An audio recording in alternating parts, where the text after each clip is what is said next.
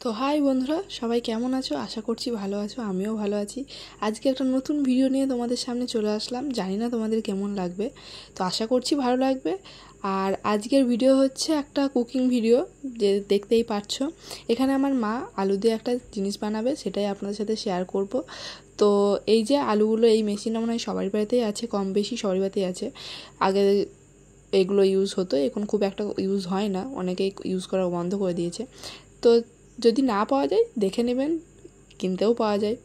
আর এখানে আম্মু অনেকগুলো আলু ছিলে রেখেছে, মোটা মোটা আলুগুলো, যেগুলো ব্রানির মতন আলু আর কি। তো ওই আলুগুলো ছিলে রেখেছে আগে থেকেই। তারপরে এরকম করে ঘষে ঘষে ব্লেড, মানে ওই যে ব্লেডটা আছে ওই ব্লেডটাই কাজ করছে। তো দেখতেই পাচ্ছেন কোন ব্লেডটাই, ভালো করে দেখাই যাচ্ছে। আর ছোটো একবারেই পাতলা পাতলা হয়ে চিপসের মতন বেরিয়ে আসছে।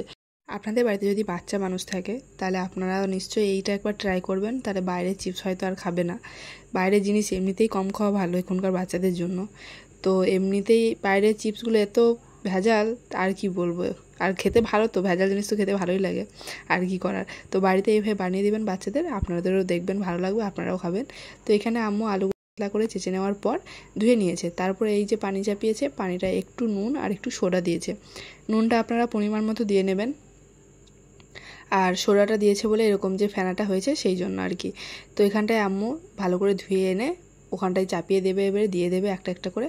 আর ভালো করে একটা খেয়াল রাখবেন জিনিস, যে পানিটা যাতে ফুটে যায় ভালো করে, কারণ আলুটা রেখে যদি ফোটাতে যান তাহলে হয়তো তখন আলুটা বেশিই সেদ্ধ হয়ে যাবে, যার জন্য ভেঙে যেতে পারে, হয়তো এইভাবে বড়ো বড়ো আর থাকবে না।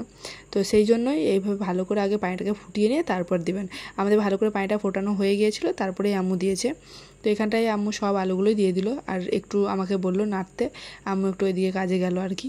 তো এখানটায় আমি নেড়ে নিচ্ছি ভালো করে, একটু পরে আম্মু এসে দেখবে টিপে যে হয়েছে কিনা। আর এই খুন্তি ইউজ না করাটাই ভালো, যেহেতু আলু কাটা এখনও সেদ্ধ হয়নি বলে আমি ইউজ করলাম। আম্মু এসে আবার কাঠের খুন্তিটা নিয়ে নেড়ে দিচ্ছে, ভেঙে যাওয়ার ভয় থাকে সেই জন্য আর কি, তার জন্যই কাঠেরটা নেওয়া। তো এখানে আম্মু দেখে নেবে একটু যে সেদ্ধ হয়েছে কি না, একটা তুলে আপনারাও দেখে নেবেন। বেশি সেদ্ধ হয়ে গেলে আবার যখন আপনি রোদে মেলতে যাবেন হয়তো তখন ভেঙে যাবে বা গুঁড়ো গুঁড়ো হয়ে যাবে, তার জন্য এখানটা আম্মু আগে দেখে নিচ্ছে হয়ে গিয়েছে কি না। আমাদেরটা হয়ে গিয়েছে, আম্মু টিপে দেখলো আর কি। তো এরপরে একটা ঝাঁপি নিয়ে আম্মু ওগুলো করবে আর কি। এই যে এই ঝাঁপিটা আম্মু এখানে এসে ওটা ঢেলে দিবে, পানিটা নিচে বালতিনটায় পড়বে আর ওই ঝাঁপিটায় তাহলে আলুগুলো থেকে যাবে আর কি, এই যে এইভাবে। তো আপনারাও করবেন, আর একটু সাবধানে করবেন, গরম পানিটা খুবই গরম থাকে তো সেই জন্য। আর এটা একটু হাতে করে নেড়েও দিবেন, কারণ ভাপে আবার বেশি সেদ্ধ হয়ে যায়, মানে বেশিক্ষণ একসাথে এইভাবে না রাখাই ভালো, তার জন্য আম্মু আবার হাতে করে একটু একটু করে সরিয়েও দিল।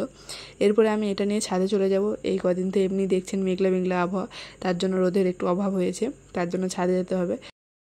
আমি চলে এসেছি ছাদে, আর ওই যে দেখালাম ওই আমাদের আর একতলায় দেওয়া হয়ে গেছে, এটা আমাদের সেকেন্ড পার্ট আর কি।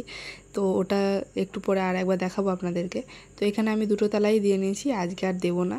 তো এখানটায় দেখবেন কিছুক্ষণ পরই দেখবেন এরকম এরকম হয়ে গেছে, এই যে উল্টে দিতে হবে কিছুক্ষণ পরই।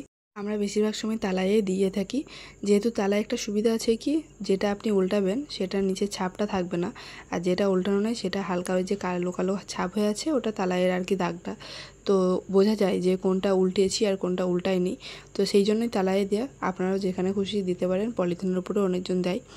তো এখানটায় আমি ভালো করে সবগুলো উল্টিয়ে নিই, আর যেগুলো শুকিয়ে গেছে হালকা হালকা দেখবেন পাশগুলো আস্তে আস্তে উঠে আসছে। আর এগুলো বেশি আবার মানে বেশিক্ষণ না দেওয়াই ভালো, কিছুক্ষণের মধ্যে মানে 15-20 মিনিটের মধ্যে একবার করে উল্টে দেওয়া ভালো। তো এইভাবে আপনারা 2-3 দিন রোদে দিবেন, যদি রোদ ভালো থাকে তাহলে 1 দিন বা 2 দিন দিলেই হয়ে যায়, আর যদি হালকা রোদ থাকে তাহলে 2 দিন দিবেন। আর একটা কথা বলে রাখি, মেঘলা আবহাওয়াতে এগুলো করবেন না। মেঘলা আবহাওয়াতে কী হয়, রোদটা বেরোয় না, তো আলুগুলো কালো কালো হয়ে যায় সেই জন্য। তো আমাদের হয়ে গেছে, এই যে আমাদের পলিথিনের মধ্যে ভরে নিয়েছি, এটা আমাদের কটুতে যাবে আর কি। দেখুন আম্মু এই চিকের মধ্যে রেখেছে। তো এই যে বিকেলের জন্য আমাদের 2 মা মেয়ে থাকি, সেই জন্য আর কি একটুখানি বার করে নিলাম, আর আপনাদেরকেও সেটা দেখাচ্ছি কতটা বার করেছি।